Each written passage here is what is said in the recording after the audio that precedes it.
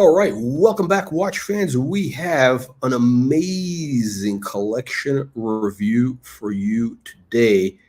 Um, I've never seen anything like this. I mean, not that I have seen everything, but this is really some top level, independent high horology. That's right, independent top high horology. And I'm not talking FP Journe. FP Journe is relatively basic. Oh, we got Kevin again. Kevin, welcome to the program. Nice of you to join us.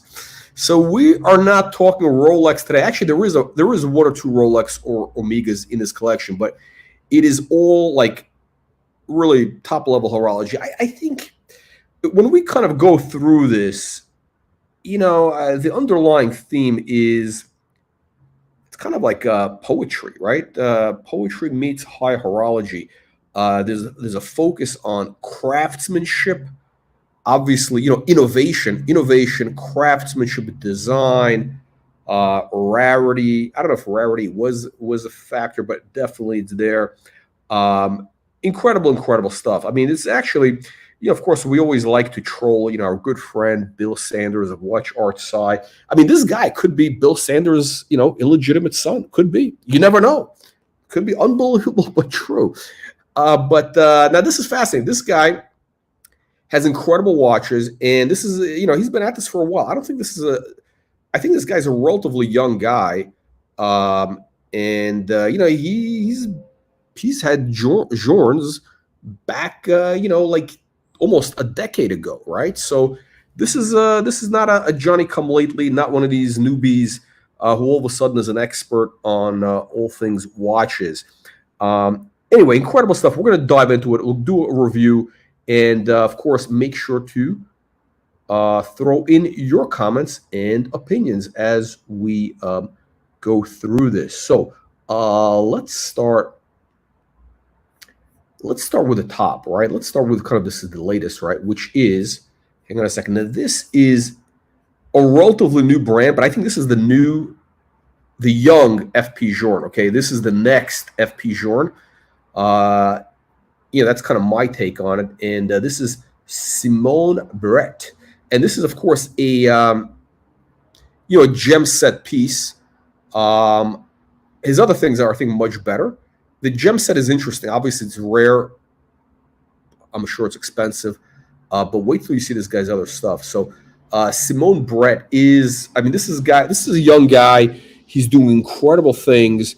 And I think he definitely is ready. I mean, he's up there to be the next Journe. And by the way, I'll give you guys a hot take. I think FP Journe is actually overrated.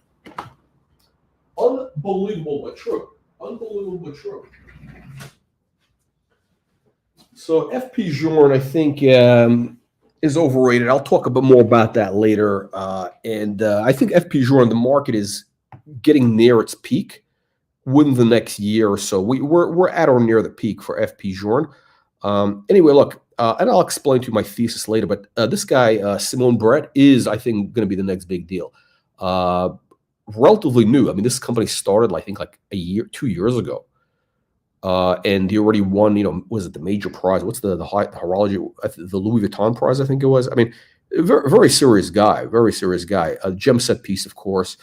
So let's go through this collection. Interesting. We get a kind of a peek into, it's kind of, I almost feel like a peeping Tom in a way. I kind of feel a little bit dirty looking at these pictures. Like you're looking at somebody's life or whatever. Anyway, I want to focus on the watch. But okay, so this is interesting. So he was at this party thrown by the Watchbox guys, which is, Alfred E. Newman. Alfred E. Newman over at the Watchbox 1916 company. And this was, I think, the Fuller Building, right? 57th Street, the New York space that they have. I think this is another. I think to get into this party, you had to be like a high roller. So none of these deadbeats that you see on these watch channels.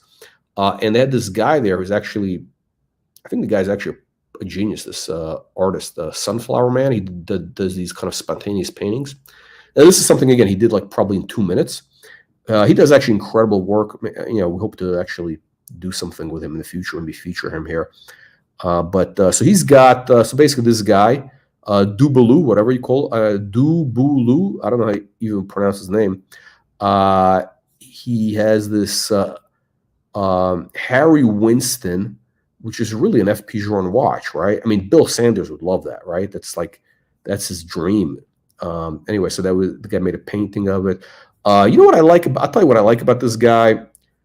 He takes great pictures. I mean, this guy knows how to take pictures. I think he's Asian, right? I think he's Korean or something.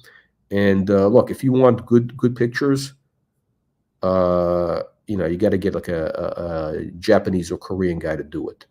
And look at, I mean, this guy takes amazing photos. I mean, I don't think he's a photographer. I don't think that's his day job, right? But this is, look at this. So this is a chronometer resonance, FP Journe movement, right? Opus 1. Crazy watch, right? I mean, this is, you know, it's a little bit out there, right? I mean, not everybody could pull off a watch like this. I think this is like his wife's watch on the right. Yeah, I said, you know, the dial is beautiful. I think actually Harry Winston is getting into some deep value territory, especially if you get those watches, you know, with the high horology, you know, those partnerships that they had. That could be very, very interesting. So here we go. We get another shot, which is the Simone Brett and Harry Winston. So that's basically the theme. I mean, this guy really is an advanced collector. I mean, this is a very advanced collector, focusing on like top end stuff. I have a feeling this guy's like in his 30s. I don't think he's that old, and he's been at this for quite a while, over a decade. And you know, he doesn't have any Rolex. Maybe he has one. I'm sure he's got to have a Rolex somewhere. But you know, what I love about this is we're not seeing the usual stuff, the usual Patek chronograph, you know, the chronograph perpetual calendar. Yeah, the usual suspects. Okay, I don't think he's even got a single Patek, right? I mean, this guy's focus is top level craftsmanship, independent horology of the highest level, at the highest level, I should say. Okay, so I think that's kind of the theme, right? Craftsmanship, materials, innovation. Yeah, I mean, this is top level stuff. Okay, so let's, by the way, guys, before we get too deep into it, make sure that you get access to our free weekly newsletter. Click the link in the video description below to get our free weekly newsletter in your email box. And of course, our recently launched site, watchreporter.com. Watchreporter.com. We got a bunch of, you know, deep dive articles in there on, you know, all things watches, like a lot of, you know, resources, incredible content for you, all there at watchreporter.com. And anyway, let's keep rolling through here. I mean, this is going to take a while. He's got a lot of pictures. And a lot of really good pictures. It's all really good. I mean, this guy takes great photos. What can I tell you? For the most part, they're great. We'll get some cappuccino here. Okay. So, you know, so here's the thing I like. You know, he's got this guy actually, you know, he's kind of following our 10 commandments of watch collecting, which is you got to have, you know, variety. You got to have variety. Including independent brands. Actually, independent brands wasn't in my commandments, but variety across watch types, you know, whether it's a sport watch, dress watch, metals, steel, gold, platinum, whatever. And you got to have vintage. You can't be a serious watch collector if you don't have vintage pieces. You really can't. It's just the way it is. I'm just telling you a fact. And this guy's got some interesting vintage. And of course, not the usual suspects. He's got some interesting Movado watches. So not vintage Patek, not vintage whatever. He's got, you know, vintage Movado, like this guy here, which is pretty interesting, right? It kind of has a vaguely a Cartier type of look, right? This has got to be like, what, 1930s, I'm thinking. 40s? 30s, 40s? Beautiful watch, actually.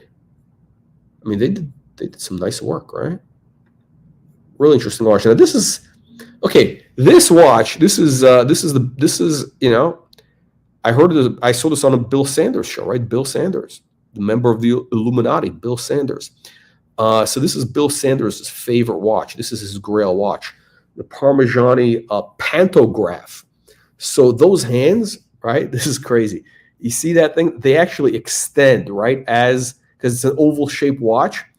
And as it goes around, as there's more space for the hour hand, it extends or contracts. You can see what I'm saying, right? You guys understand this. I mean, this is pretty crazy. I mean, that's a pretty crazy. Is it a retrograde? No, not a. It's a, what is it called? It's got, is that a date window? I don't know. Power. Does it need a power reserve? I guess it does, probably, because I bet that takes up a lot of power. I mean, that's very interesting, very innovative. I don't really care for the design. I don't really like Parmigiani, to be honest, but very creative, very creative. So this guy, I mean, he's into this type of innovation, creativity, that type of thing. I think that's kind of the big theme here. And look at these close-ups that this guy's doing. He does some amazing close-ups.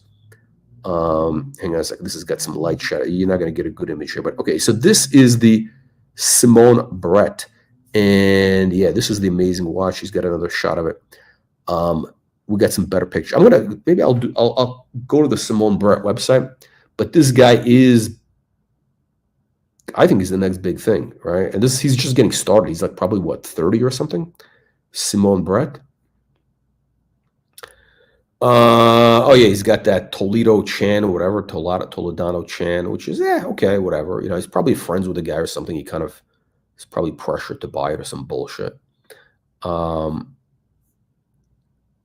I don't know. I mean, listen, it's an interesting watch. I wouldn't buy it because I like to have resale value. I don't know how these are going to do. It's literally an independent brand. I think these guys do have talent, and I think they should team up with more of an established brand so that people feel more comfortable. Because it's a nice job. They did an interesting job. I mean, it's not like anything crazy, but whatever. Okay, so he's got what else is here? Is that a Movado also? Yeah, another Movado. I mean, see, this guy is like into he's doing a deep dive into Movado vintage. Okay, this is interesting. We're going to see more of these, right? This is the first time I ever saw this watch. I didn't know this existed. So this is an Audemars Piguet. What do you call it? This is a tourbillon. This is actually a modern watch. This is like made, I think, in the early 2000s. It's called the Canapé. I forgot the model number. These actually look very cool, and it's a vaguely inspired, I think, by some of the designs of the 50s. Vaguely, in terms of the lugs and that type of thing. But it's a modern watch. Kind of interesting, right? Really interesting watch. Wait till you see the pictures of it. I mean, it's a really interesting watch. Hang on a second. Let's see if we can get a good close-up of the watch. Oh yeah, by the way, back to Simone Brett. So here's this guy, Simone Brett. This is a close-up of the watch. You got this engraving in gold, and actually, I think we linked to the lady who does it.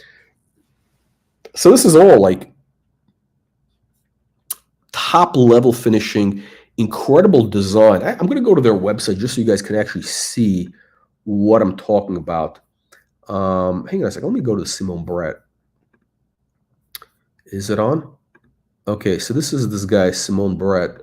We should be doing more about him later. I'm just going to do a quick thing, but take a look at these hands. Look at that detail. Do you see that? That's the design of that hour hand with that little kind of, I guess, scooped out or whatever, and also this guy here. Look at that, right? The kind of, I don't know, oval. It's got a shape, right? I don't know. I'm trying. I'm not that articulate. Maybe I should learn how to speak English, but beautiful, right? And this is all engraved. This is gold, so you see the movement a little bit. And this is, it's not a lot of nonsense. It's not like this nonsense from Patek and all the other stuff. This is like well thought out. Look at this track here for the, I guess, what is it, the seconds, minutes? Look at that, like kind of like a sandblast, whatever finish. Beautiful details, beautiful font, nice fonts. Not my favorite. Actually, they're good. They're very very good. They're very very good. I'm a font fanatic. Nice looking case. I think this is, I don't know, this is titanium. Oh, titanium edition. This is titanium. So this is limited. I mean, these guys are making like, I don't know, 50 pieces, 100 pieces of that. Incredible. It's incredible, incredible stuff. If you missed out on FP Journe, I believe this is the next big thing. This is the next one. Look at that.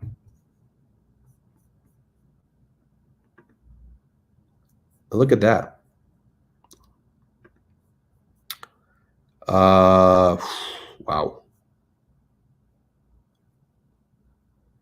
I mean, this is it.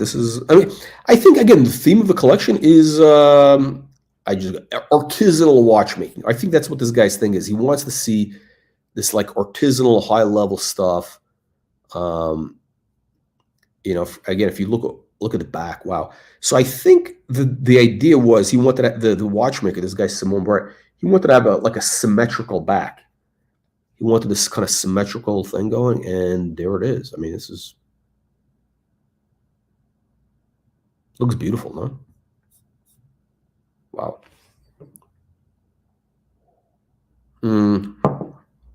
Now, I don't know how this works about the movement, and frankly, I don't care. I'm not a movement fanatic. I mean, all I gotta know is that somebody who knows what they're talking about says good things about it, and highly respected people like it, and if it's good enough for them, okay, I take their word for it. I'm focused on the design of the watch, right? I'm assuming that the movement and all that is going to be okay and all that. I care about the design, the craftsmanship, and that is what's missing with a lot of these guys, and you have it here. Look at that. Okay. I don't know. This is photoshopped. I don't think it is. All these people are talk about high level finishing, which I think is overrated. But this guy does it. I mean, look at this mirror polishing. I mean, everything you want. I don't like this little edge thing, which is weird. There's a little piece of gold in there. What does it mean? I don't know what it means, and it kind of annoys me. But let's see. Okay, so I don't want to get sidetracked with the Simon Brett. Let's go back. Okay, now let's go back to okay, Movado. Okay, I think this. Okay, he's got. He's got a Harry Winston. I think this is his wife. I'm assuming this is his wife, right? He's got a Harry Winston. Iced coffee. Okay. A little basic. Okay, iced coffee, whatever. Okay. All right. We're not gonna shame people's coffee choices on this channel. We're not gonna do that. Simon Brett and Bulgari. Wow, I've never seen a Bulgari like this. I mean, this is the Octo, right? Octo Finissimo, Octo Roma. I'm not really a Bulgari fan. I don't really care for it. Interesting watch, right? Not my favorite here, but this might be. Yeah, this might be. I'm sure he's got a lot of watches. I'm sure there's going to be a couple of, dogs in here. Oh, speaking of dogs, he's got the Hublot. Now, I don't know. I mean, I was never a Hublot fan. I did like the 80s, the watches they had in the 80s, which, I thought were actually very innovative. I would not buy one because, the quartz and all that, but we got Baron John. All right. Which watch were we talking about, Baron? Which watch?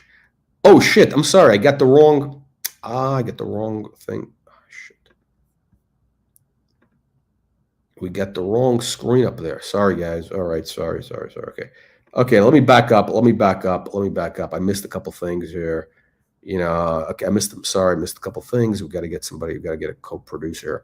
Anyway, he's got this, he's got a Bulgari. Okay, it's a pass for me. Hublot, hard pass. Again, this is, one of the highlights. The Simone Brett. He's got a few of these Simone Bretts. I mean, this guy is very clever, very smart. He built up a big position in FP Journe back, almost 10 years ago. You can get him cheap, probably at a discount.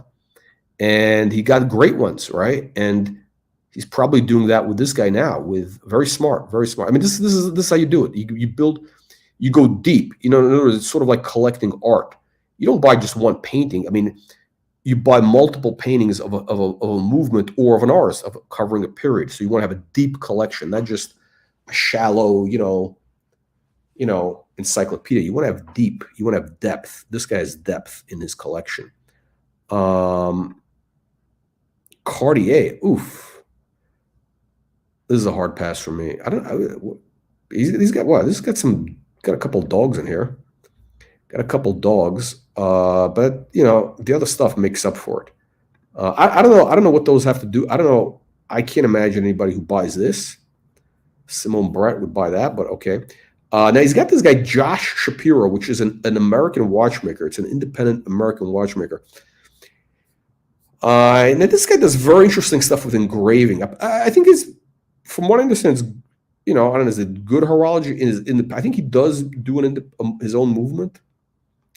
The finishing is very interesting, and a lot of these guys who are serious independent collectors they are buying the Josh Shapiro, and look at that finishing. And he also does customization. The guy speaks English. He's here in LA, so yeah, a lot of people like his stuff. And this is the back of the watch. So this is obviously, it's like an Asian thing, right? The infinity thing, good feng shui. Yeah, it's interesting. The back of the watch I like better than the front. Okay, what is this doing here? The Hublot. What is this doing here? I don't understand it. I don't understand it. But this is the Josh Shapiro, a detail. This guy takes very good photos. Josh Shapiro photo. Now, not as high level as the Simone Brett, right? Not as high level. Not as high level details. Very, very good. Not quite. It's like if Simone Brett is like a 10, this guy's like a 8.5. Okay, and this is the back of that Parmigiani, that the pantograph, Bill Sanders' favorite watch. That's the back of it. Wow, that's amazing. Oh yeah, Simone Brett, Norelco razor. That's funny. Oh man. Oh man. Yeah. Yeah, I understand now. Look, I see this. I understand why Bill Sanders likes the watch. I mean, he likes anything weird and complicated, and this definitely is. And this is, beautifully finished. I mean, wow. I really like this a lot. I like this a lot. Beautiful design. And of course, that's the front of the watch, a pantograph. I'd rather look at the back, I'd rather look at the back. I don't like the case. I don't like the case. I don't like, anything about it. Oh, this is the Josh Shapiro. And so I think this is white gold, yellow gold. Nice strap, right? Very nice. Good, interesting watch. So he's into this engine turn, guilloche bullshit, whatever.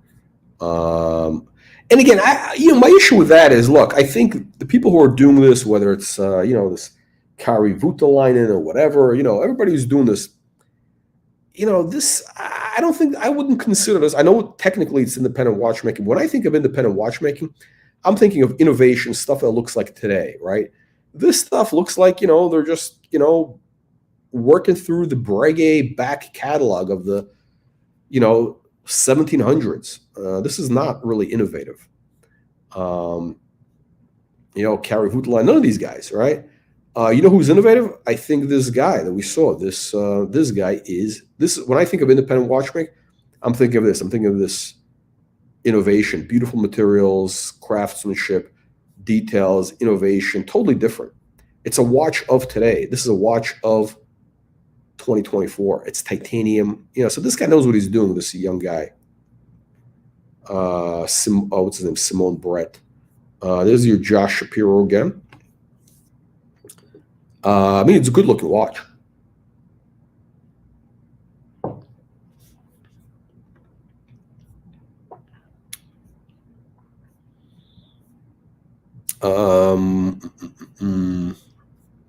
Again, we got vintage.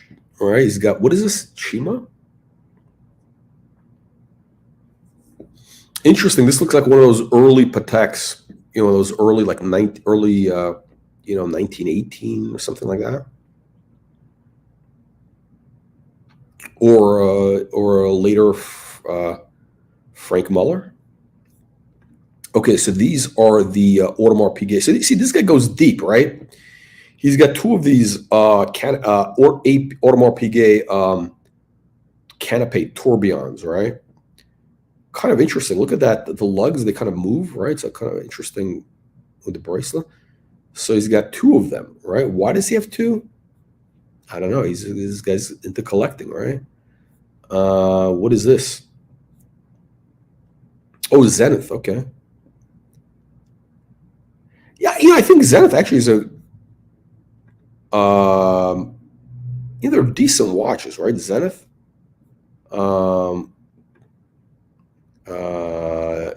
Bill Sanders, Louis.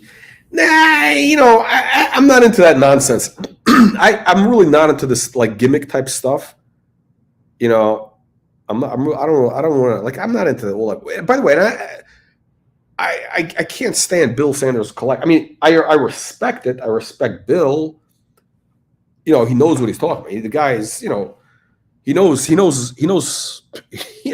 he's forgotten more about watchmaking than I may ever know, right? He's got weird taste in watches, and I can't get into like any of his weird stuff. I'm relatively basic. I like to kind of stick to, I think of it as being I do look at watches from an investment perspective, an investment lens. So in other words, when I buy a watch, I generally want to, I see it as, okay, it's a store of value, whereas, it's like buying gold, let's say, you might, maybe it'll drop in the short term or something like that, but long term it'll do very well. So I'm looking for things like, AP, Patek, Rolex, which, are established. I'm looking for interesting things in those areas, not the usual suspects. But I really don't want to wander into this independent stuff. It's a little too advanced for me. Exactly. A little too advanced for me. And I mean, the Simone Brett, I actually am interested in, but,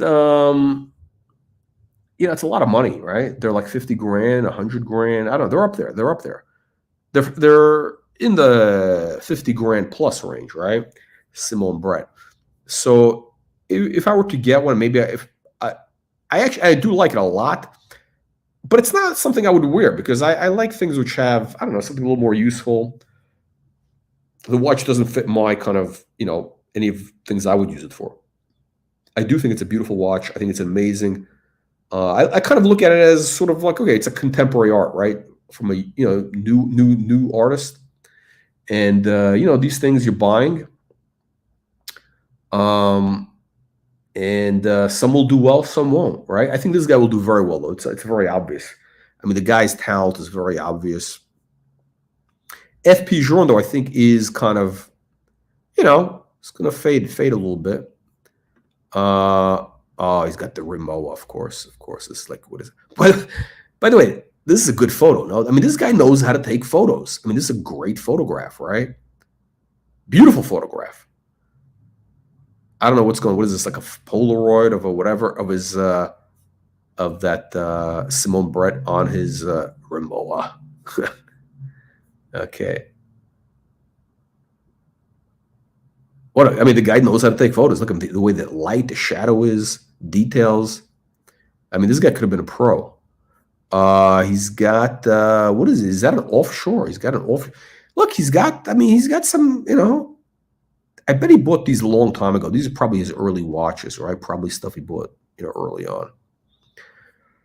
maybe 15 years ago or so. So Audemars Piguet Royal chronograph. Okay, not for me, whatever, a la poubelle, but it's there. And look at the details he gives us. This is the detail close-ups that this guy does, right? These are his pictures. This is not some catalog photos. I mean, this guy should be taking photos for the brands. That's the Simone Brett. So the case is made of zirconium.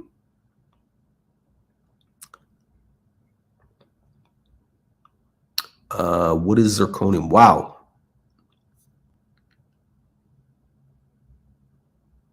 So the first watch they launched, this is a subscription, right? So it's sort of a crowdfunding, if you will, for watches.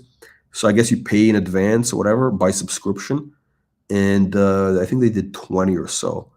And this guy was one of the first buyers, right? Number 10 of 20. This watch is going to be worth a lot of money one day. Beautifully made. Again, this is the gem set one, the front of the gem set. I don't know if the gems are that well. I don't know. When you get into the gems, that becomes a whole nother area. And I don't know. I mean, I don't know. It's okay. I think it's a bit of a gimmick, though. So this is the Josh Shapiro. It's nice details. Okay, let's do a zoom in of the close-up. See, it's not the level of the Simone Brett finishing, right? If you do a real close-up. I mean, this is all made by hand, right? So not the level of the Simone Brett. Yeah, it's hard. It's hard. Okay, there we go. That's the beauty. Look at this. I love this. I think he's got 3 of these watches, if I'm not mistaken. He may have 3. I think he's got 3.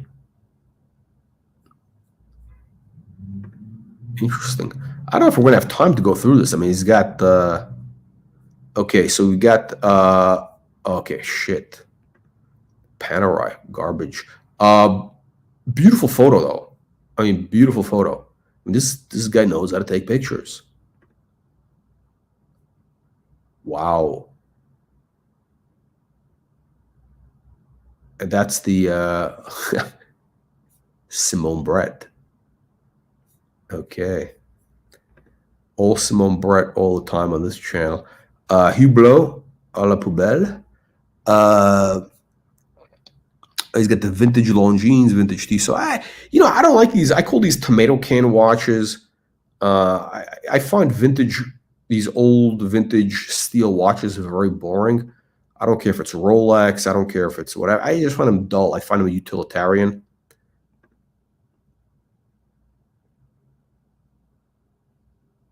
Hey, you know what? Hang on a second. Dude, Yasha, do me a favor. Why don't you hop on? Because you know what? To be honest, I don't know anything about this stuff. I'm kind of learning as I'm going along. That's why I'm doing it. You gotta jump on the panel. Okay, you don't have to show your face. You can be anonymous. I kind of want to get your input on what's going on. I don't know the details of this. Please share with us. It's interesting. I'm a very basic, shallow guy. I'm just looking at the design. And I think this guy's amazing, this Brett. This Recepi, whatever, Recepi. Recepi is like, I think, and this guy has some of these Recepis. He's got a couple of these Recepis. No, there's another guy I'm thinking of. Another guy. I think this Recepi is like overrated. I mean, supposedly he's a very serious, watchmaker, whatever, and he does some innovation. I don't really care. I don't care what's inside the watch. I care what's on the front. I mean, yeah, I want to know that it's high quality movement, it's well done, whatever, but I don't need to know that it's accurate to the, the millionth of it. I don't need that. I don't need that. That game has been won. That war has been over. I said this before. That war has been won and settled by quartz. Okay, quartz is more accurate. My phone is more accurate than your most accurate. Come on, I don't want to. It's about design, right? It's about artisanal craftsmanship. So he's got these Omega. Now, these are kind of new. I think these are new watches, right? If I'm not mistaken. These are new watches, if I'm not mistaken. Petrograd. I just looked this up. I think these are new watches, right? And I'm not into this. I'm not into like new. I'm not into. I think it's wrong to do reissues of vintage watches that look exactly like the original thing. I think it's just a waste of time for everybody. I bet this is a watch that Bill Sanders would love. What is this? It's a French watch. I don't know if I trust the French to make watches. I don't know if I trust them with mechanical stuff. They make clothes. They're good at clothes and painting. They actually do have good artisanal stuff. They do beautiful work with, maybe they. I don't know, but actually, that guy, what's a Simone Brett, is actually French. He's French. And apparently he's the designer also. So this is Jean-Baptiste Viau.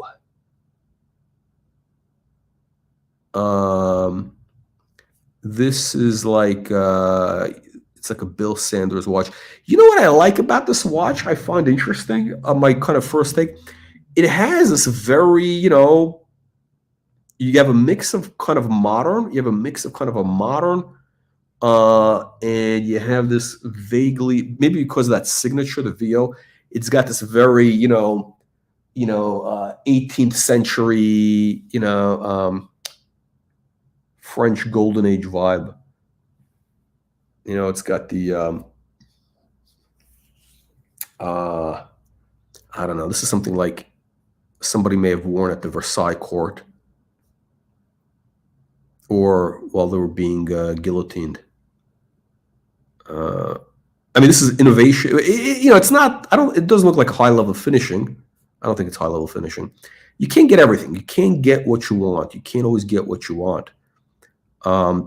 It's interesting. It's vaguely steampunk, it's very French. It's definitely very French. Interesting watch. This might be too sophisticated for Bill Sanders, actually. It's a sophisticated watch. Bill Sanders is more of like into weird stuff. Wow, what is this? Is he taking stuff with it's like a Polaroid Fujifilm? I don't even know about this. This guy's a serious photographer, right? Wow. Large format. Oh, this guy uses a large. Oh, wow. This guy still uses film. Interesting. So he's into quality. Very, very into the quality. Tissot. Yeah. I can't get into it. I respect it. I respect it. It's just not my scene. Not my scene. Okay. So these are the Audemars Piguet tourbillons. Have you guys seen anything like this?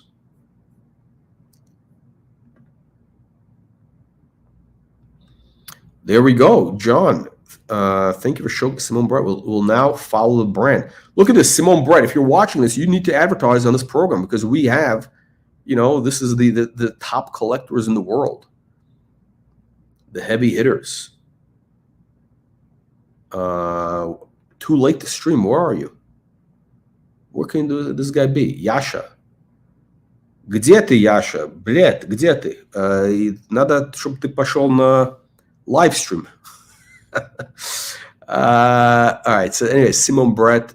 French people don't care about keeping machines running. I don't think they do. I think they want the look of it. Now I may be an exaggeration, but I really, when I think of machinery, I'd rather have my machinery made by the Swiss or the Germans, than the French or the Italian. For sure, the Italians. That would be my last choice for machinery is the Italians. They do beautiful stuff. Just machinery, I don't know. Okay, they make Ferrari. Okay, I heard that. Okay, whatever. I think isn't Lambo owned by Volkswagen? I think the German guy's running Ferrari, right? I don't know, but you guys understand what I'm saying. Anyway, so I never saw this stuff before, right? And I thought I was relatively familiar. Audemars Piguet has done some really interesting things in kind of the 90s and 2000s that kind of fell through the cracks. A couple things. There's actually a watch I have on my hit list. I would like to buy. It's a complication. I don't want to mention it because there's only a few of them on the market. But they did some very interesting things, and this is one of them. Not my thing, really. Like, I'm not into tourbillons, whatever, but it's a very interesting design. I think this is he's got a texture on there. There's a texture. I'm just concerned a little bit about the AP quality. A lot of their dials seem to fall apart. A lot of their vintage dials fall apart. So anyway, Yasha, can you come on one of our next live streams? I want to do a live stream maybe tomorrow, focusing on what do you call it? MBNF. We got. I think we're going to do a lot of independent watches this week. I want to do independent watches this week. MBNF, that stuff. But yeah, these are about 30 grand if I'm not mistaken. 30 grand. Good speculative buy if you can get it cheap, because people are not going to be into this for quite a while. I mean, this is basically dead money. I would not be buying it with an eye on upside in the short term. So that's the back of the watch, canapé.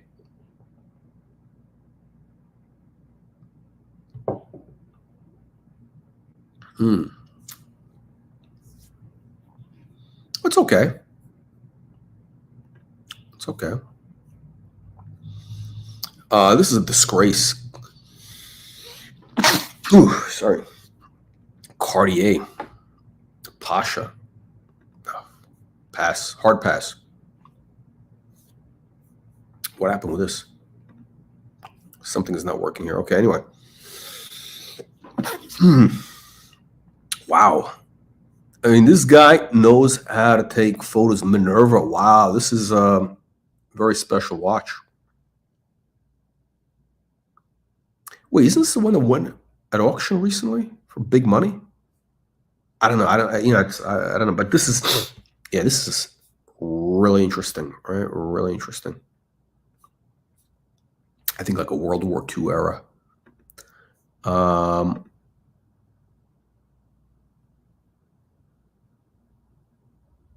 Okay.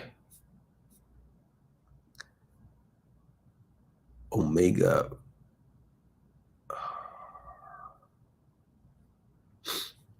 Omega Petrograd. Is this?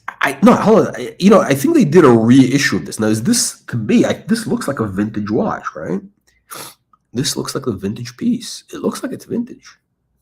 I mean, it looks from the photos. I mean, being fooled by the eye. I don't know about this model, but hang on a second. Omega Petrograd. Is that we should look it up, right? So this is the point. This is the reason why I do these things, to learn about something. The only reason I do these live streams is to learn about, kind of forces me to, expand my horological horizons. Expanding the horological horizons. Learn about new things.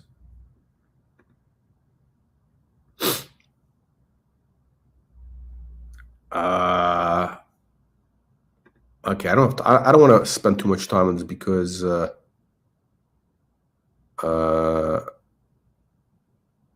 don't want to waste time on this. I don't really care for Omega.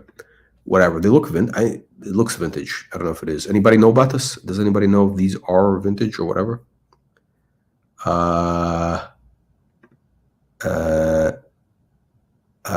Yeah, Las Vegas. Las Vegas. Yes, that's actually my name, actually. So we got the same name. That's pretty funny. We got the same. I thought you were talking to me. You're talking to the other guy. Okay. What is this? Interesting, right? He's got King Midas, which I'm not a fan of King Midas. He's got the Omega constellation, same kind of design. Again, this is Toledo Chan, whatever, they stole his design, or inspired by the design, whatever. Okay, I never liked the King Midas or Midas, whatever he wants to call himself. You got to respect this guy for he goes. I mean, this guy goes from one extreme to the other, right? He goes from this very high level, beautiful craftsmanship, beautiful artisanal stuff to this you know, 100-year-old vintage, tomato can metal mass production. Well, relatively speaking, of whatever. Which I'm not a big believer in the future for these kind of old man watches. I think the vintage, the sweet spot is people want to see beautiful stuff, things that are pretty, right? Gold, precious metals, shiny, 50s, 60s, 70s, 80s. So I think the Rolex, all the Rolex steel tomato can watches are going to go, those prices are going to be going downhill. Like this, even this stuff, like I can't imagine again, because what you want to be doing right now, if you're looking to make money, you got to basically be thinking, okay, like what is the guy who's, 20 years old today, how does he think? Because he's going to be the buyer. He's going to be the buyer in 10 years, right? Those are going to be the guys entering the market, the guys who's 15 today, right?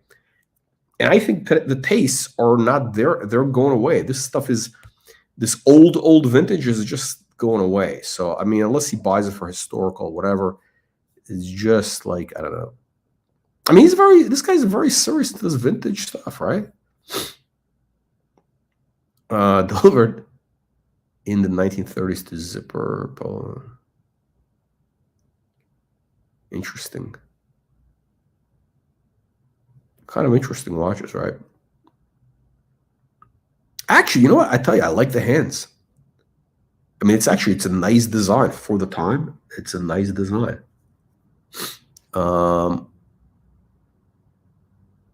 Yeah, I mean, these are very nice. Obviously, the design is nice. I mean, it is what it is, right? I mean, you can't compare. I mean, again, it's like, when I put on a watch, I want to feel good about it. I want to feel prosperous. I want to have this energy, this positive energy of prosperity. Nice, gold watch, or whatever. I put on a watch like this, you feel like you're broke, like you're homeless or something, right? It's this tomato can watch. I mean, although it's probably very expensive, it's probably what is it? Probably, I don't know, 5-10 grand or whatever. I don't even know, more. Who knows? Okay, Parmigiani. Bill Sanders, the president of the Illuminati Horological Society. These are his favorite watches. Parmigiani Fleurier. We're going to speak. Мне надо практиковать язык. Я в Израиле. Окей, шалом. Сейчас 3 часа утра. Я не в форме для live stream. Okay, I'm actually impressed. I was able to read that. I'm impressed. I was able to read that. Okay. Спокойной ночи, Laila Tov. All right, there we go. All right. So this is you gotta hop on. We gotta set up a time. We gotta talk about independent watches because I don't know anything about it. I need to, we gotta get some opinions. I mean, you understand why Bill Sanders appreciates it, right? They got beautiful craftsmanship. Look at this. I love this little case design, this kind of tonneau shape, whatever. Is it tonneau, whatever you want to call it? The hands are ugly. The power reserve is, I don't know what the point of the power reserve is. I don't need the second hand. The bezel is where the action is. For me, the bezel is where the action is. It's absolutely stunning. Absolutely stunning. The hands ugly. The Breguet numerals, I hate Breguet numerals. This is the thing. This is why I don't like this Parmigiani. They do like this weird, very, over-contrived, precious, too, I don't know. It's too fussy, very fussy. All right, I don't want to look at this stuff. I don't want to look at this. I appreciate, okay, I don't want to look at this. We're here to look for the heavy hitters. What is this? What is this? Wow. I never noticed these hands. These are actually nice hands that AP did. I've never seen it. I never noticed it maybe. But basically it's like the hands were it's like the hands I have on my watch now, the owl, but they are hollowed out. Wow.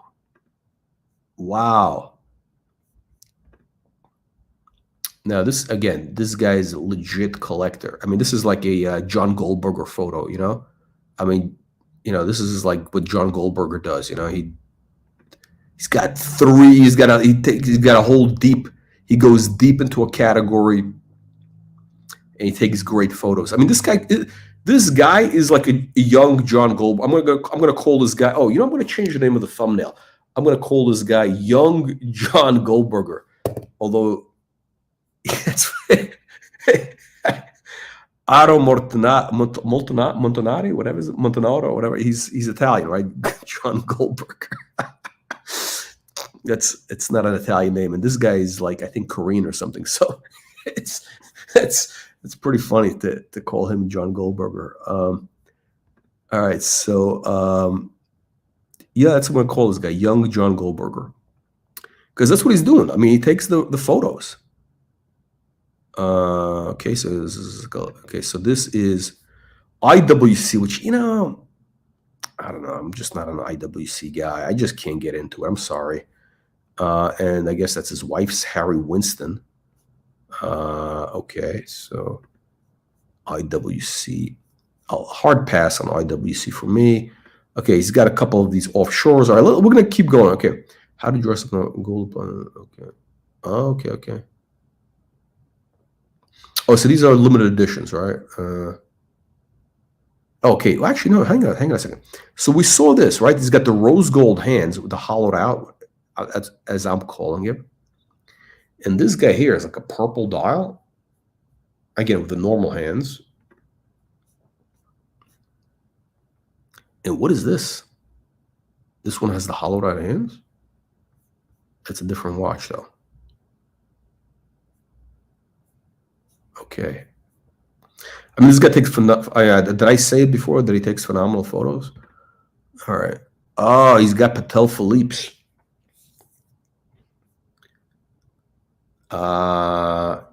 Tourbillon.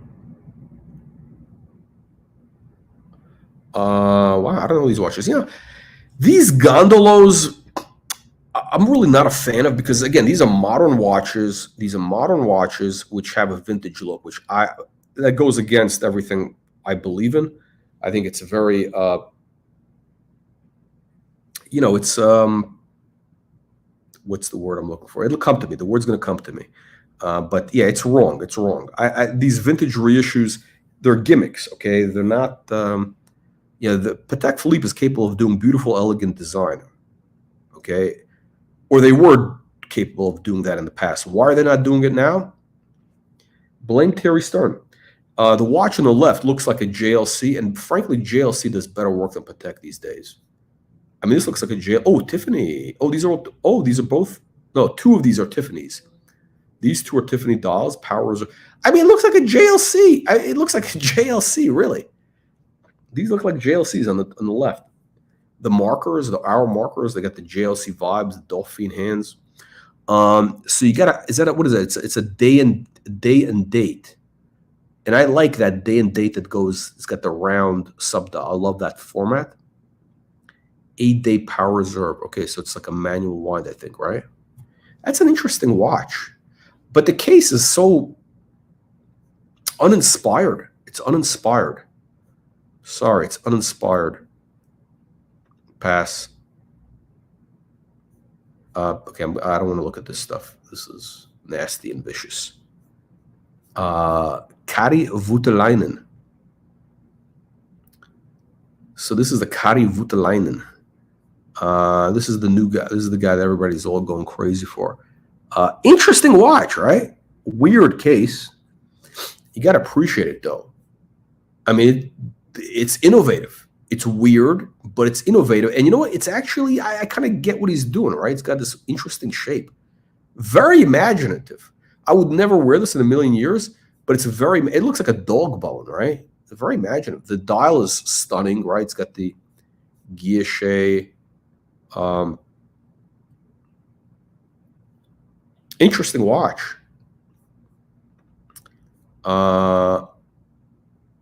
Movado. Wow. Pretty cool for a 46 millimeter wide. Wow. When were these made? 100. These are like what? Early part of the century, right? So were these for men or women? I don't know. This is actually interesting. Interesting time, you know. Interesting. He's got the Josh Shapiro. Okay. All right. We've seen the Josh Shapiro. What has it got? This is the pressure. I don't know what that is. Pressure. Gold and white. My thing is this. He's got so many of these. Like, why would he want this? I mean, he's got variation. No, I can see it's a little different. I don't know this brand. Are they an important? Are they okay? There we go.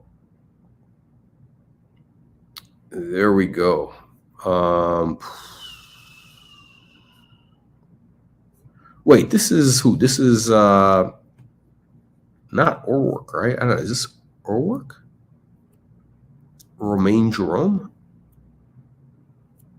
I don't know. Is this Romain? I don't know. Romain Jerome.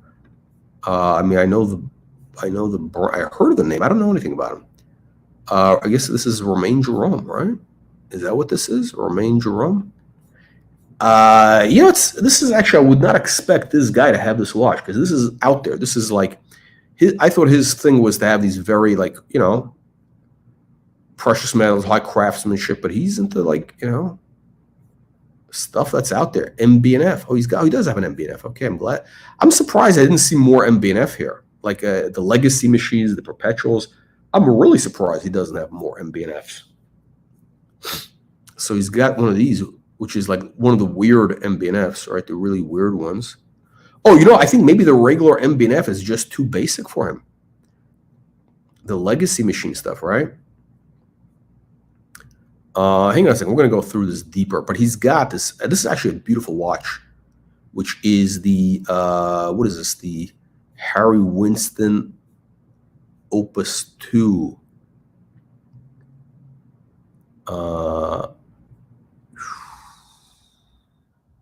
Wow, very cool watch. Who made this? Who did they have? Felix Baumgartner. Who did this? I don't know. They get a bunch of these guys, right? They get a bunch of these, like, very serious guys. Look, Bill Sanders did a whole thing on this. Check out his stuff. Bill Sanders loves this stuff. And I think, Harry Winston is deep value. Baumgartner. Okay, so this guy Baumgartner did this. Got a day-night indicator. Yeah. Great watch. I just don't know how to read the time on this. That's the only issue. The more I look at it, the more I really like the watch.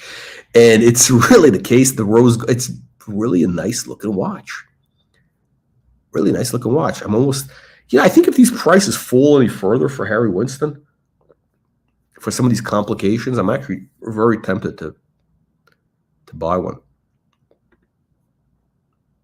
Because I do think they have speculative upside.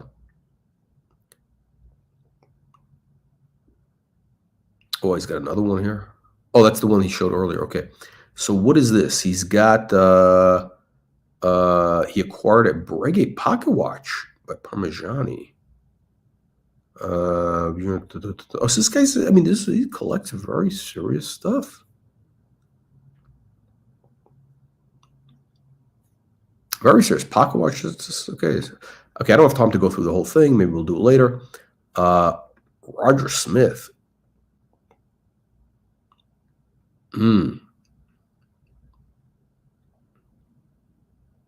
Wait, this guy's a Roger Smith watch? Now, again, I don't really care for Roger Smith. I think he's overrated. But hey, what do I know? I'm just a tomato can here on YouTube. But these are like, these are high six figures. High six figures, right? Roger Smith. This is actually interesting. It's like a purple hand. It doesn't look like any of the the Roger Smiths that I have seen are those, the Breguet type watches. But what is this? So, so this guy has one of these. Wow. He ordered this 5 years ago. Wow. And this picture's from 3 years ago. So this is 8 years ago. This guy was buying Roger Smith. Yeah, and this is not an old guy. This is not Bill Sanders. This guy's like in his 30s, I think. So this is very, very advanced. I mean, really advanced collector. Oh, this is the VO. Wow, the colors are beautiful. The blue. That engraved signatures, superb. I mean, it's like orgasmic. That's what it is.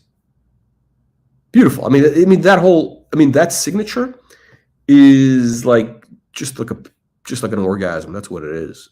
Unbelievable. That's the best logo signature I've seen anywhere. Okay, there is. I guess that's like a baby guy. That's his kid, I guess, right? He's changing diapers. He's got the Harry Winston on the wrist. You know, the thing is so funky, so weird looking, and it's so like kind of gaudy but avant-garde at the same time. It's got a lot going on. It's got a lot going on.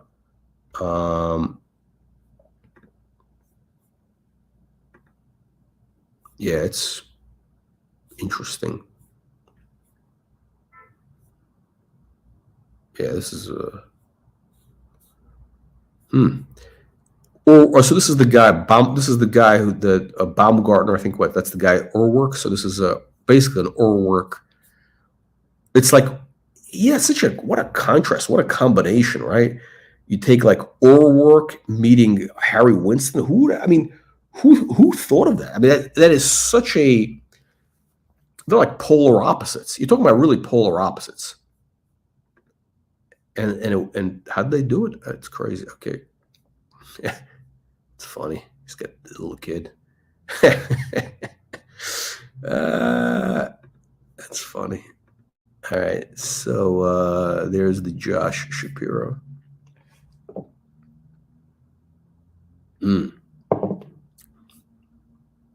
So he was bought this 4 years ago. So this guy's been very, very early into trends. Very early. Years before, everybody's been started talking about these.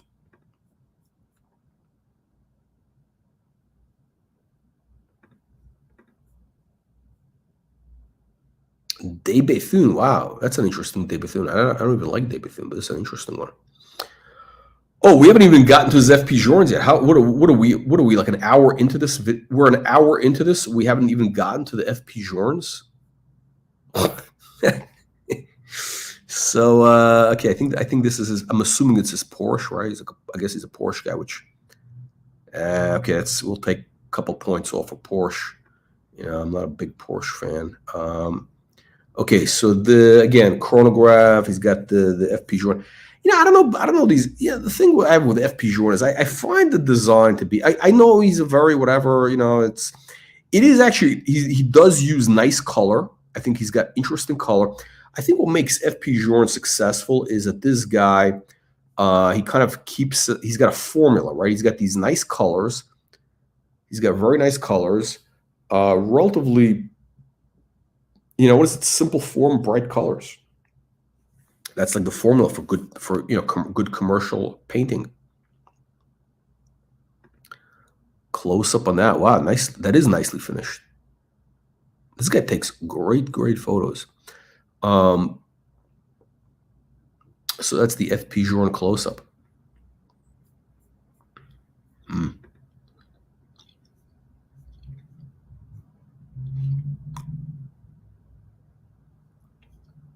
Oh yeah, by the way, just he does actually match his watch to his Ferrari. Okay, we get the Voutilainen. That's the back of that Voutilainen we saw with that funky case.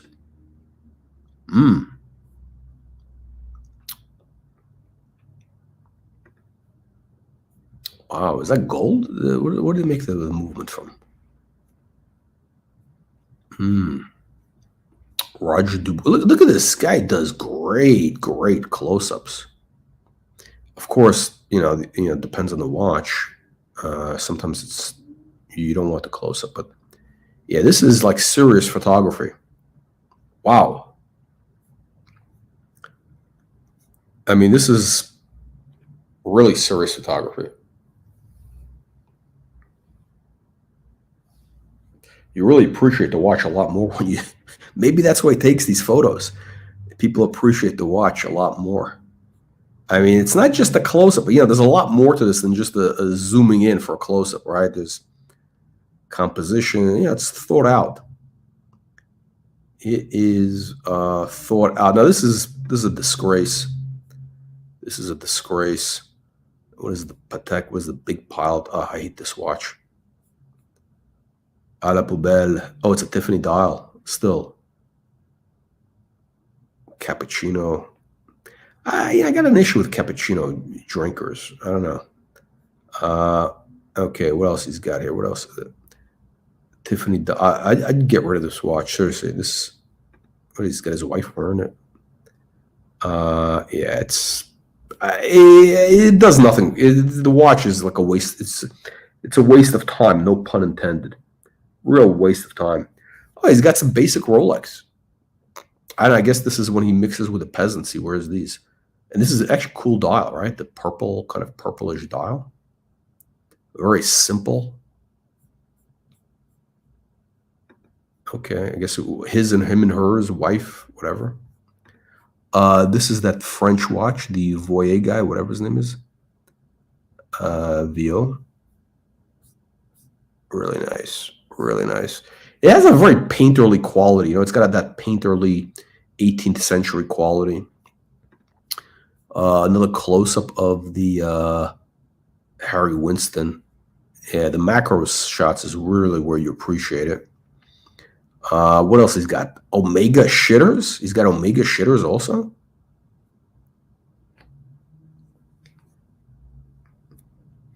It's actually not a bad looking watch. The yellow, with the rubber strap, the yellow thing, and the red hand. I get it. Whatever.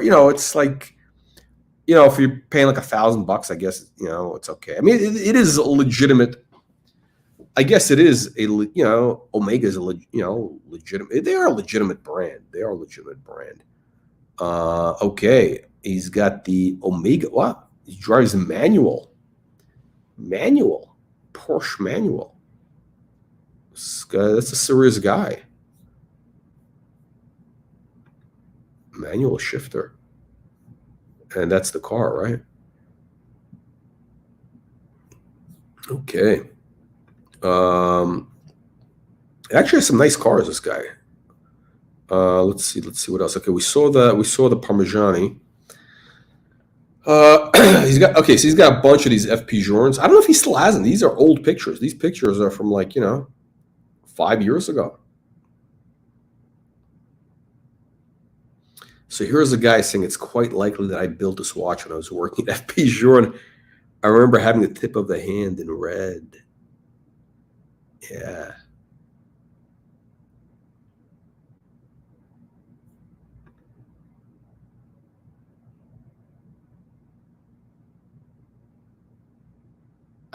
Okay, so this was a set done for Chicago retailer Swiss Fine Timing, sold as a trio of octochronal, wall clock, all the same red black.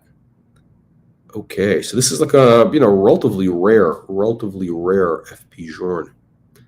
But I think the thing that bothers me, FP Journe, okay, he does this thing. It's all basically the same kind of thing. It's formulaic. You know what it is? It's formulaic. He's got the same case design, and by the way, the case is nice. The crown is nice. It's just very formulaic. It's very kind of quaint and formulaic, and it's got a certain charm. I really don't like the way they do the hands, but I think this FP Journe is very, very. I think they've jumped the shark. FP Journe, I think, has jumped the shark. I think it's time to move on. And that's the problem. So this is my thesis. The problem with independent brands, it's kind of like, if you're collecting contemporary art, right? There's I don't know how many thousands of painters working today, how many, hundreds of them, or maybe a couple thousand are, commercially successful, in serious galleries, right? There's a couple thousand probably. Meaning guys who are selling paintings for, 10 grand and up. It's probably about 1,000 of those guys. But every few, whatever, there's a new cohort coming out every year. Every year, there's more and more and more. Now, how many of them will stand the test of time? How many of them will have lasting careers and actually end up being valuable? 1 out of 500, maybe. 1 out of 1,000, maybe. Very, very few. Very, very few. And even the guys you see now, like they might be, they come out, whatever, and they're hot all of a sudden for, and people are flipping them at auction, and next thing you know, the career is over. I mean, 5 years, they become hot and they flame out and whatever, and who knows? I mean, that happens all the time. Sometimes they last. That could have happened to George Condo. Now he's a superstar in art, right? George Condo, but in the 80s, he came out. He was like very hot. He kind of flamed out, and he came back. So this is this guy's collection here. He's got a Zenith, the VO.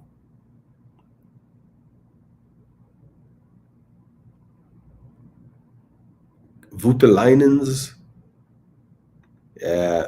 I mean, this is the problem with this is just too many photos. He's got too much stuff here. I can't cover this. Like, it would take 2 hours to do this.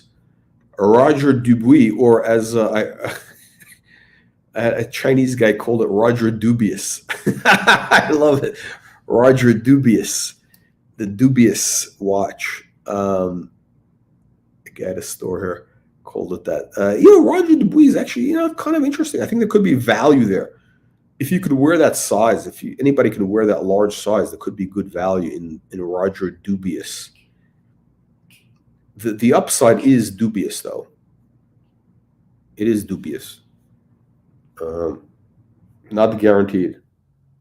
And there's that Kari Voutilainen on this. Wow, that's an interesting strap choice. See, it's like on the back, it's like that. That's actually a very interesting strap choice.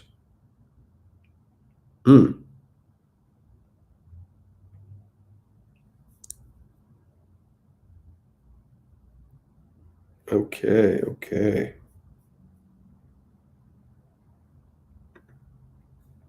Wow. There we go. There's your Voutilainen. Your Voutilainen. I'm not into it. It's not my thing. Really not. I'm sure people, whatever, for whatever reason they like it. Let's see, Laura Freya. He's sort of like, hit parade of, I'm pressed for time. I can't go through. This is going to take a long time, so I'm just going to kind of zoom in on stuff that I think is interesting. This is wow. Who makes this? This is like an Orwork, an MB&F. I don't know. Cabestan. I don't know. Nobody knows. Okay, let's go through here.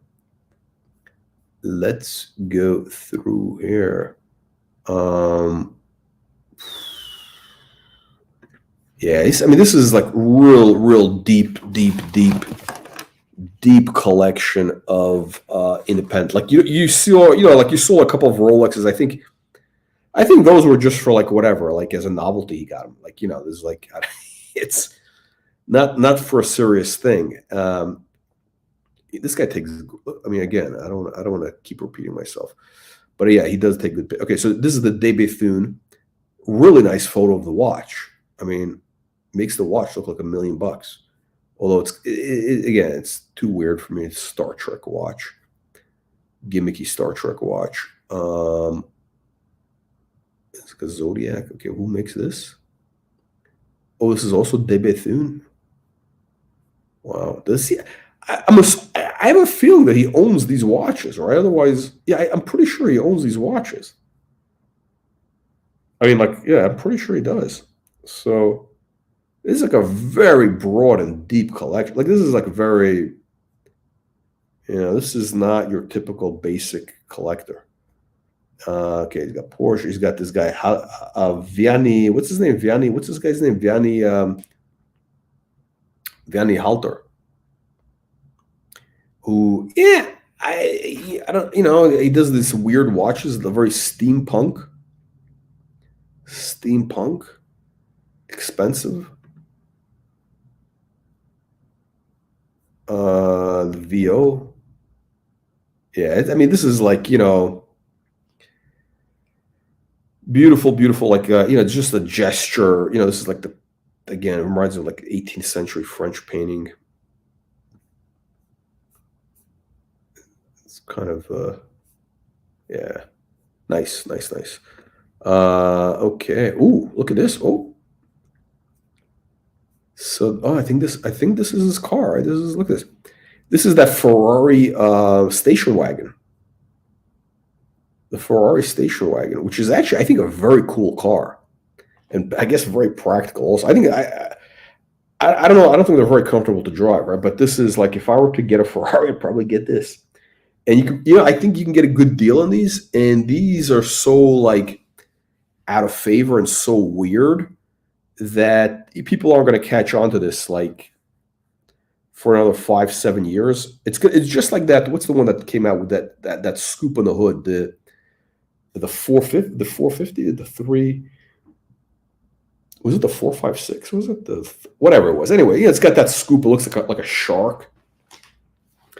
Those came out in the early 2000s. Yeah, people weren't into that, but now they picked up. I kind of was intrigued by it. I thought, wow, I think they were under 100 grand a few years ago. Now they're double. So I think this car is actually for Ferrari, it's a good investment. Let's see what else. Let's find something interesting here. Okay, we saw these guys. Omega. Okay, a lot of independent. Okay, this is going back like 6-7 years, right? So these pictures are 6-7 years ago. So you're still doing the vintage. He's got the cappuccino, which all right, we'll take the deduct points. He's got the. Okay, we got this. Was it the Chaikin watch? Which okay, whatever. The Chaikin watch. So he's had this for a while, right? Like it's become kind of hot only the last couple of years. So this guy is very early for these trends. What do we got here?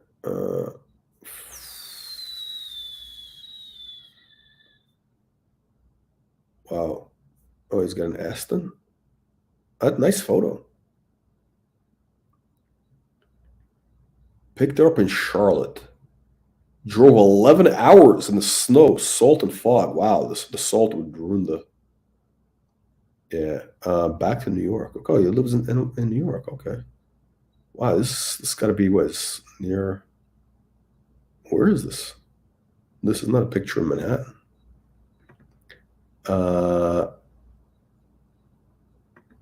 Wow.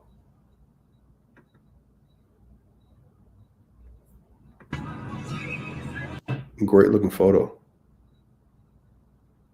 Wow, it's cool roads. I guess this is in North Carolina somewhere. The snow. I'm not really an Aston Martin guy. I think they're kind of a redundant company, really. Like, what's the point of Aston Martin? Actually, there's a new one I saw. The new model, beautiful car. Oh, is this what he uses for the phone? Leica.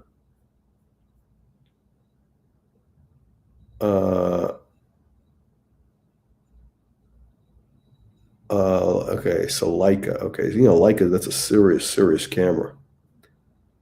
Yeah, kind of makes sense that he would have one. Okay, so here we go. Here is more FP Journe. Again, these photos are from like 7 years ago. This is 2017. He's got this FP Journe with the yellow hands, red dial. I don't know how many people were buying FP Journe. Not a lot. And there's the money shot. There is the money shot. Okay. This guy knows how to match the watch, uh, to the car. This gets points. Gets points for that. Let's see. Let's see. Oh shit! Is this the one of those Vanta Black? No.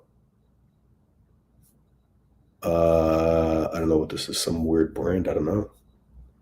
We don't know. We don't know. Another Voutilainen. Interesting. Again, he's doing this Voutilainen thing like 7 years ago. Long time ago. Nobody was really into this. Gauthier.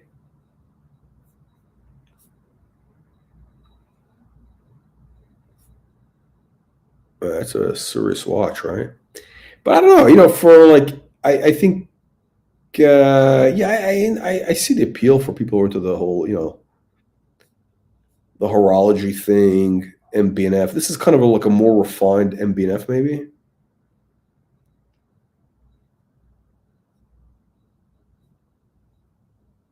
Hmm. All right, we're gonna wrap it up here. This is, I mean, and we're not even halfway done. We're not even halfway done. This guy's, oh, of course, he's got a Richard Mille. I think these early Amias, RMs, these early RMs, and even especially the circular shape, the round case, could be good value here. The early RMs, I think, are money in the bank in gold. You get them in gold. The thin case, what is it called? That ultra thin, whatever, the ultra thin case, which has got that square shape or rectangle, are a good bet, in my opinion. So, yeah. Let's take a look. Okay, so he's got the Opus. The more I look at this watch, the more I like it. Really, look at this chunky, thick gold case. I mean, what a crazy watch. What a crazy, crazy watch. There we go. The RM. He's got the Rimowa. You got to have the Rimowa, right? Yeah, it's actually, this is a good looking watch. This is a good looking watch. Richard Mille. Okay, Gauthier. We saw this. Okay. I wonder if he still has that stuff, or because we haven't seen in the new pictures. Maybe did he trade? Who knows? Who knows what happened? But he's definitely had a couple nice ones. Very, like this guy's got his own idea, right? Oh, he's got some JLCs. I don't know if he owns these or whatever, but yeah, I think he's got a few JLCs, right? He's got a few JLCs.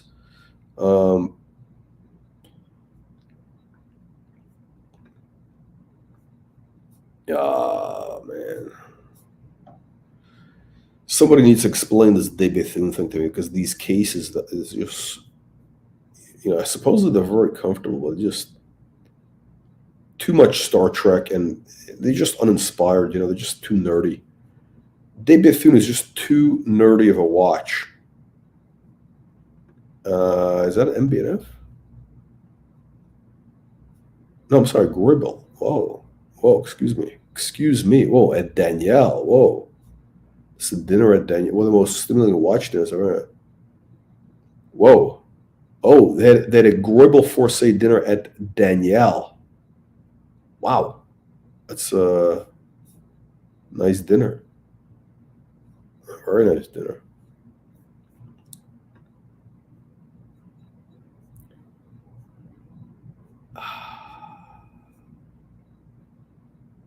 Okay, so early, going back early. Titanium tourbillon, FP Journe. Yeah, I'm wondering if he still has these watches because we haven't seen them in the recent photos, right? He's had those.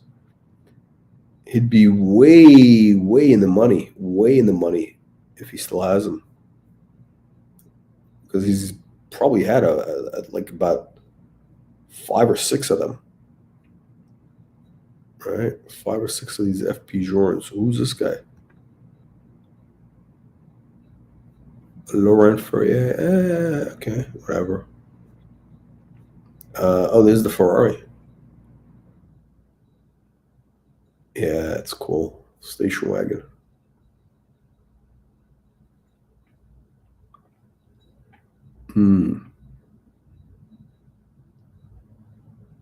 Went through 3 flat tires and 3 bent rims on the roads of the Northeast. I heard there's some issues. The back there was some issues with, the roads are screwed up.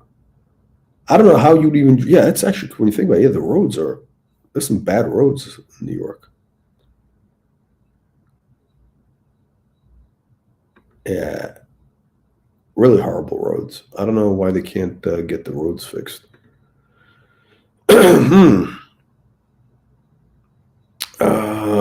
Richard Mille. Oh, he's got a leather strap. Okay, I think you gotta have. I think if you have Richard Mille, you gotta keep it on rubber.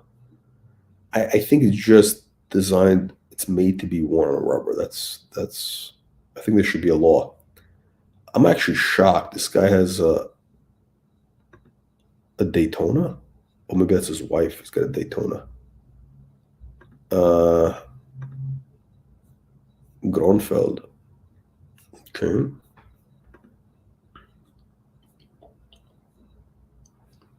Okay, JLC, yellow. Okay, check. All right. FP Journe, we saw that. Wow. Let's see. I'm gonna stop here shortly because this is like too much. We're like halfway in, and like this is like 8 years. I mean, this guy must have a million pictures from a million watches. Okay, the Bulgari Acto Finissimo. Okay, oh, you got it like right when these things came out, huh? Okay, it's all right. Voutilainen, Langenzone. Oh, he's got a Langenzone. It's kind of a basic, no? Langenzone. We got more of the FP Journes. Is that a platinum? Ooh. Platinum Daytona with the baguettes.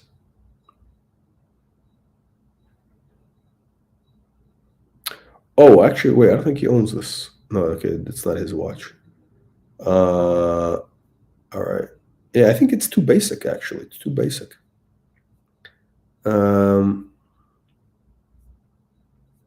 Okay. Oh.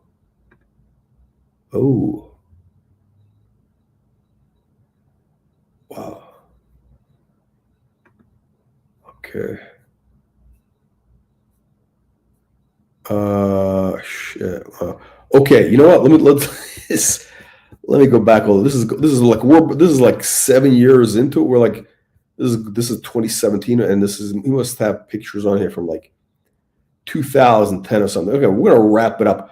We're gonna kind of give the ratings, guys. If you are watching, let me go through this over here. We're gonna wrap up and give the rating on. Okay, what do we rate on?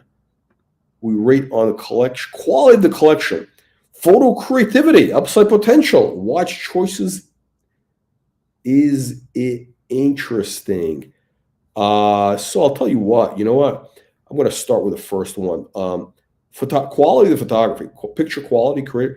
This guy gets a 10. He gets a 10, or maybe whatever, an A, a 10, whatever. I mean, this is great, right? Especially the macro photos. I mean, it's great photos. They're interesting compositions. I mean, this guy's like a serious photographer. So he gets an A. He gets a 10 on photography. Upside potential. You know what? I think very close to like a 9. It's very because there's a lot of these independents that he's got are, I mean, we saw I don't know if he still has the FB Journes. If he does, then um, stuff like that. Those are all winners. I think that this guy Simon Brett is definitely a winner for the future. So I would say his upside potential, it's up there. It's like a 9 or an 8. I mean, definitely. Quality of the collection is definitely should I say a 9 or 10? It's hard to say 10. I don't want to say 10. I'd say it's like a 9 because, the guy has a lot of balls to buy independent brands. I mean, you need a lot of balls for these independent brands to put big money into independent brands and to go very wide and deep in these independents that he's done. He's got this kind of Bill Sanders, the Bill Sanders thing going, which is, he does buy some of these weird watches, which are, again, high horology and all that, but, just very weird.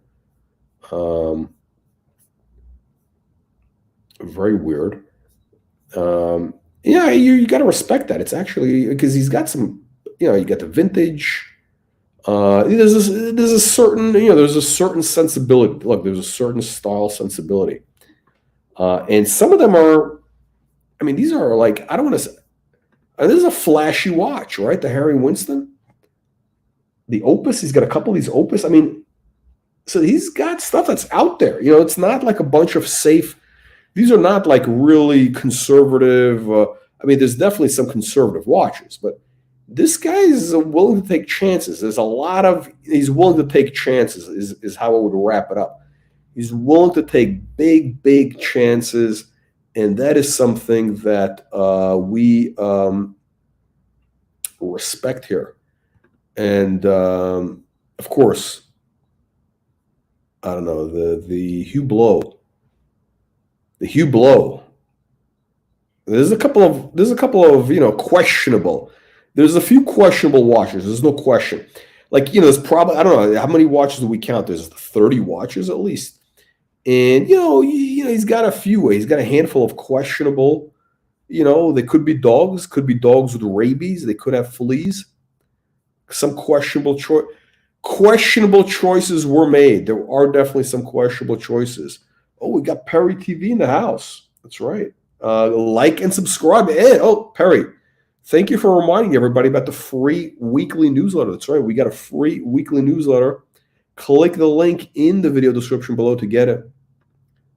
But we're going to wrap up here on the ratings of this collection. We are rating on... okay, so we're talking about photo creativity. Okay, no question. This guy's an 8, a 10, whatever. Upside potential, it's up there. It's like a 9 because, he's got some independents that are going to be, future stars, already stars. And the random live stream. Watch choices. Does he have interesting watches? Absolutely. I mean, this is some of the most interesting watches. I got to get rid of this Big Bang, this Hublot. I'm sorry. This is a disgrace. It's a disgrace to horology. It's a disgrace to horology. So does he have interesting watches? Absolutely. This could be one of the most interesting collections out there. Again, look at these photos. I mean, geez. Yeah, this guy's got some, I mean, it's all across the board. I mean, obviously big focus on the independents, but, he takes some big risks. Wow, what is that? Is that the, the Bulgari?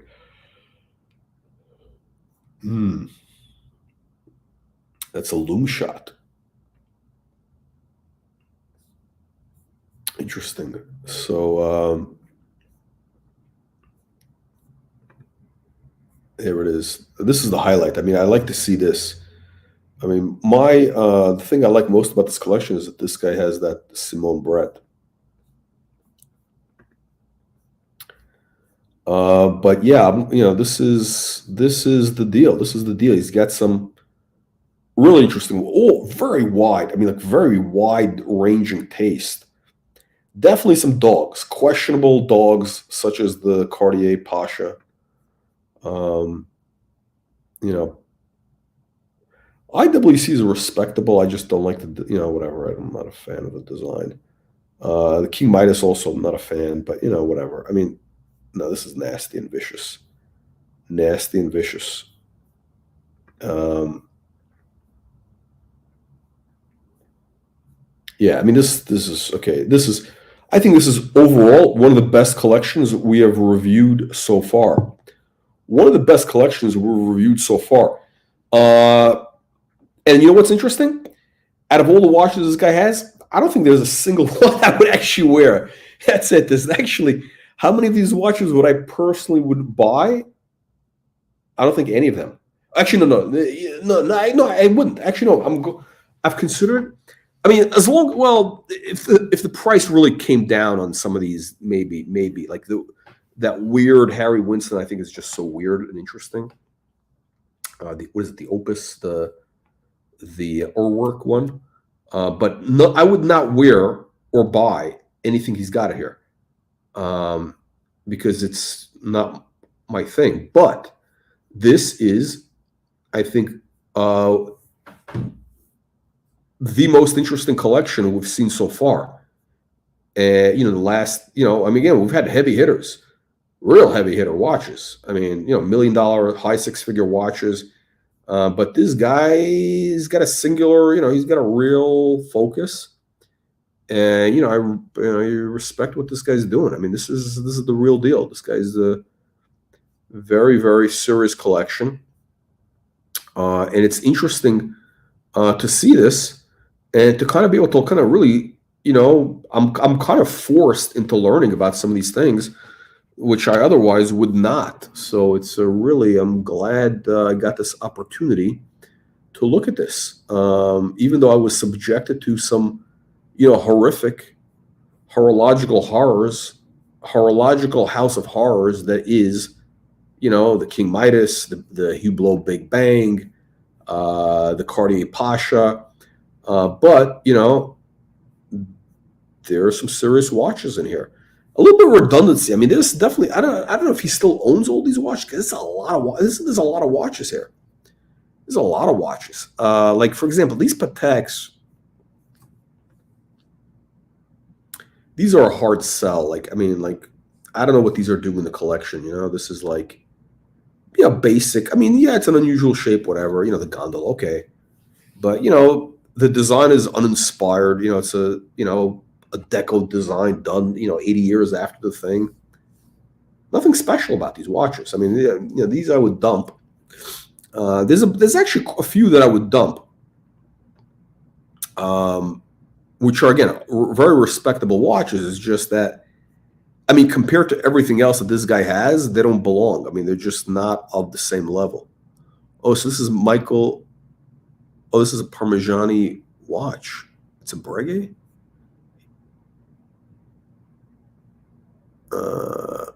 Wow, I bet if Bill Sanders saw this, guy would cream in his pants.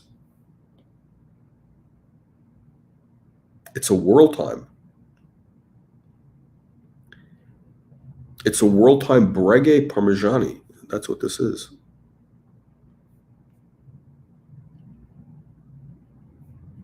Crazy.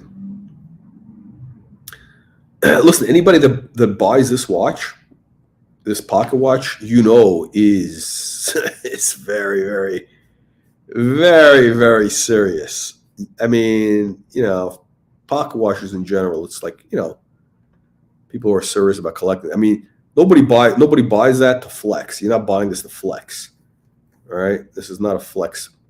There's no flex watches here, right? I mean, even the Harry Winston is not really a flex watch. I mean, obviously it's flashy, big gold watch, funky giant case, but nobody knows what it is. It's like you got a giant, chunk of gold on your wrist, which is like from outer space. It's like you got a gold UFO, and you got a Roger Smith We haven't seen the watch. We have not seen the watch. But that's a heavy hitter, right? Heavy hitter. Heavy hitter. Dear Mr.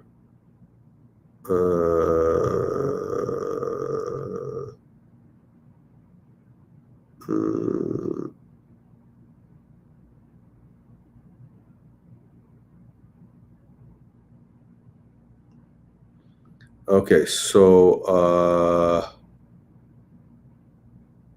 so the watch was serviced. He's showing the people. Okay, so this is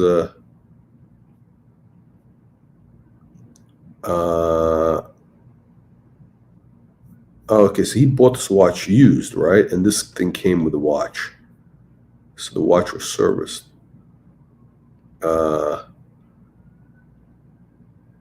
At the Hourglass. Look what they sent. Look what, wow, that's a whole report that they give this guy. Amazing.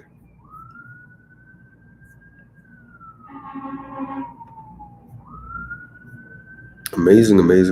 Okay. All right, guys. Oh, okay. We're going to end on this. We're going to end on this very auspicious, the Josh Shapiro case back, the Infinity. Good feng shui. We want to end the show with good feng shui. Wow, we got 5 viewers. What's going on here? Funny. Yeah. All right, guys, that wraps it up. Thank you for watching. We'll see you all on the next one.